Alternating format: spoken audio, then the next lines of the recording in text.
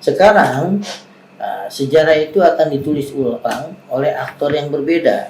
Ingin dikaburkan bahwa ini sekarang yang saya baca, bahwa PKI itu korban kriminalisasi penguasa. Nah ini yang saya kira dimunculkan diam-diam di tengah kondisi COVID yang orang tidak peduli, dan yang kedua di tengah kondisi milenial yang nggak doyan sama perdebatan ideologi. Dan satu lagi Pak, tenaga kerja asing Pak yang masuk Pak. Doktrinnya bahwa sejarah itu hanya akan berhenti kalau ada revolusi proletariat.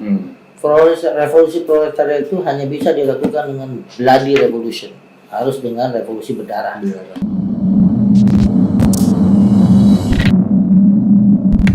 Assalamualaikum warahmatullahi wabarakatuh. Jadi balik lagi sama saya Gasan Saki Kalbak dan Bapak Fuad nih.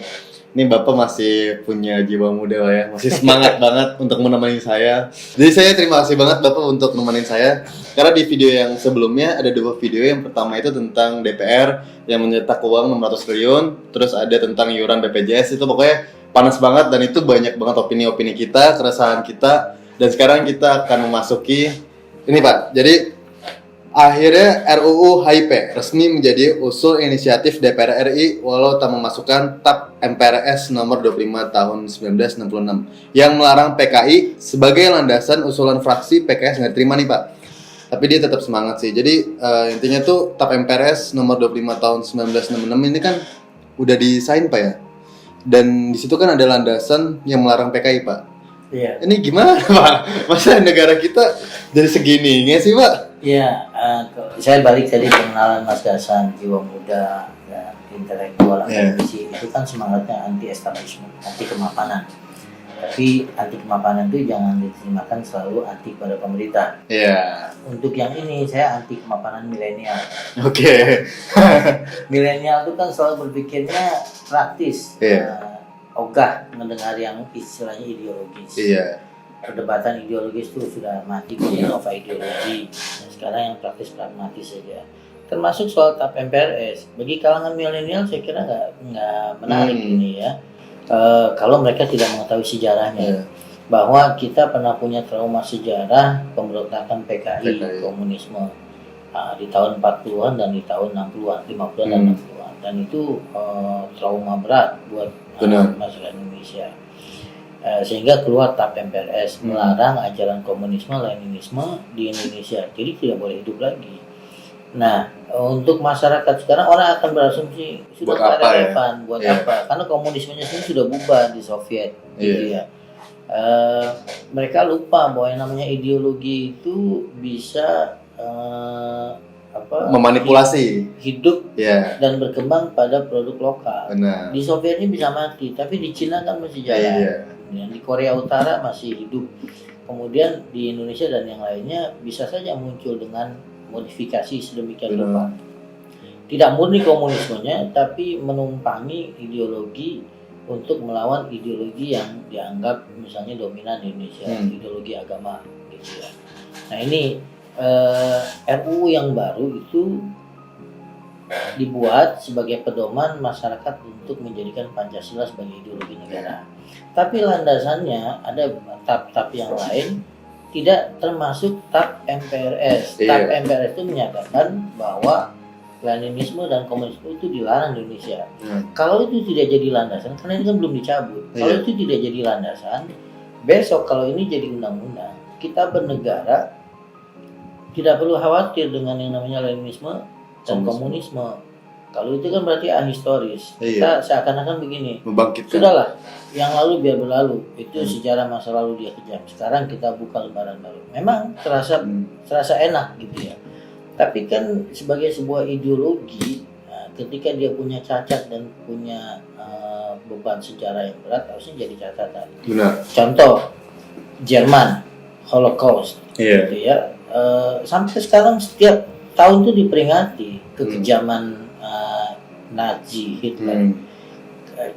Paling sederhana gambarnya kalau Mas Gasan atau siapapun pergi ke lampu merah berdiri begini itu tidak akan ada yang tersinggung, biasa saja. Tapi jangan coba-coba Anda berdiri begini di Jerman, Anda akan langsung diseret dan ditangkap.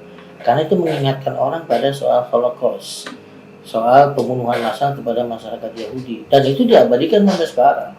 Tidak bisa, milenialnya Jerman tidak bisa mengatakan itu zaman dulu kita kita terbuka saja, mau ideologi swastika, Hitler atau apapun, ya selama kita terbuka. Bayangkan itu negara demokrasi saja di Barat yang rasional, punya trauma sejarah, dia tetap melarang itu bangkitnya Nazisme di Italia, bangkitnya fasisme.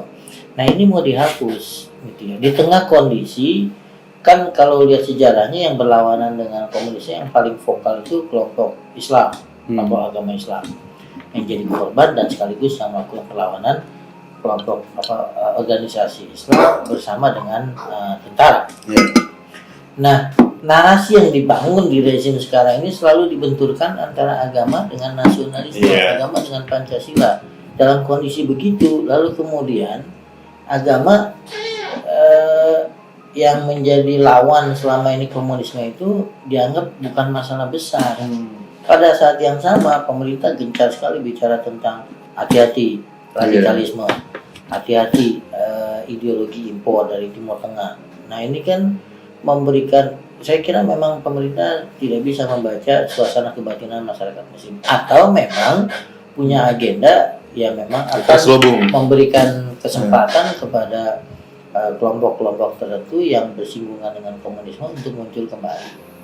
Karena ini beritanya ini tidak terlalu dipublis Pak, dan ini tuh kayak saya lihat bahannya sedikit sekali Pak saya ambil. Makanya ini kan jadi awareness juga buat anak-anak muda nih sadar kalau misalkan PKI ini kan ideologi yang kita bilang tuh kejam Pak.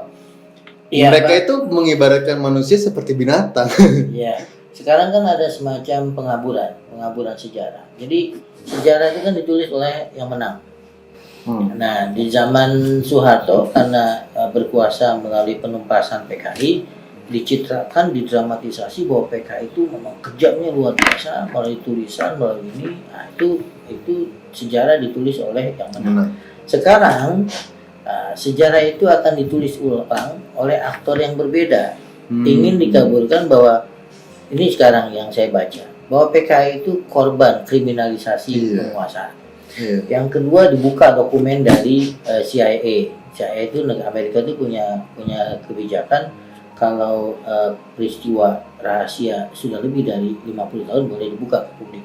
Nah itu dimunculkan bahwa katanya ini konspirasi tentara untuk menghancurkan PKI, bahwa PKI tidak sekejam itu, cuma dicitrakan kejam.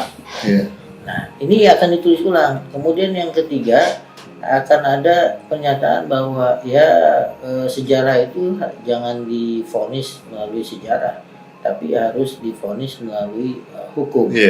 Artinya yang akan diseret itu hanya orang-orangnya saja. Orang-orangnya itu pun harus dibuktikan melalui pengadilan bersalah, misalnya Aidit dan yang lainnya. Tapi kalau itu mentok nggak bisa, ya berarti harus di rehab nama baiknya, bukan nama baik orangnya, tapi nama baik ideologinya.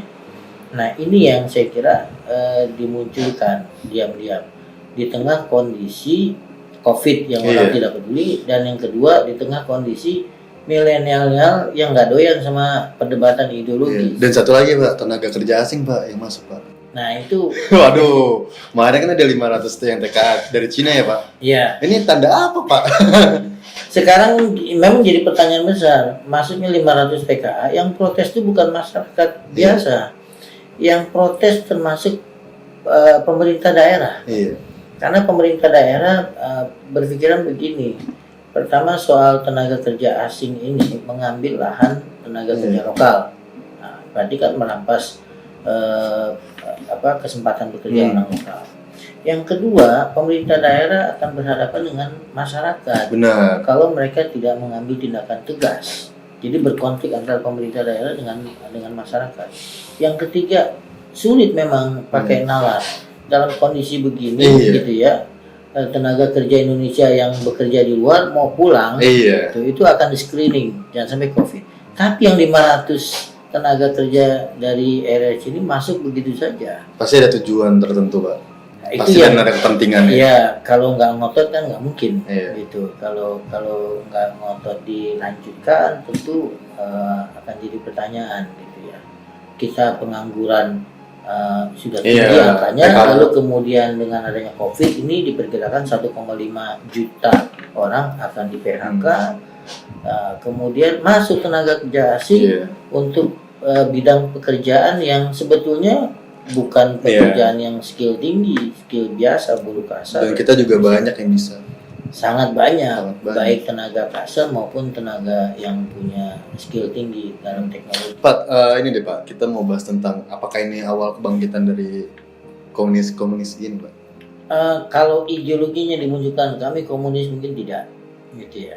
Tetapi memanfaatkan euforia itu iya, ya karena ini kan pertarungan ideologi di Indonesia itu nasionalisme, kemudian komunisme dan Islam. Itu tidak bisa dipungkiri. Iya. Pernah dalam panggung sejarah Indonesia itu bertempur 3 ideologi ini. Bahkan Soekarno ingin mengakomodir semuanya jadi Nasakom. Nah, nasionalisme, agama dan komunis. Nah, komunisnya kemudian sudah dihilangkan. Tinggal lagi yang ada di panggung sejarah itu Islam dan nasionalisme. Sekarang narasinya nasionalisme dibenturkan dengan agama dan memberikan peluang kembali komunisme naik, muncul ke panggung gitu. Tentu kalau di kalangan milenial yang didagangkan komunisme juga saya yakin juga nggak laku juga.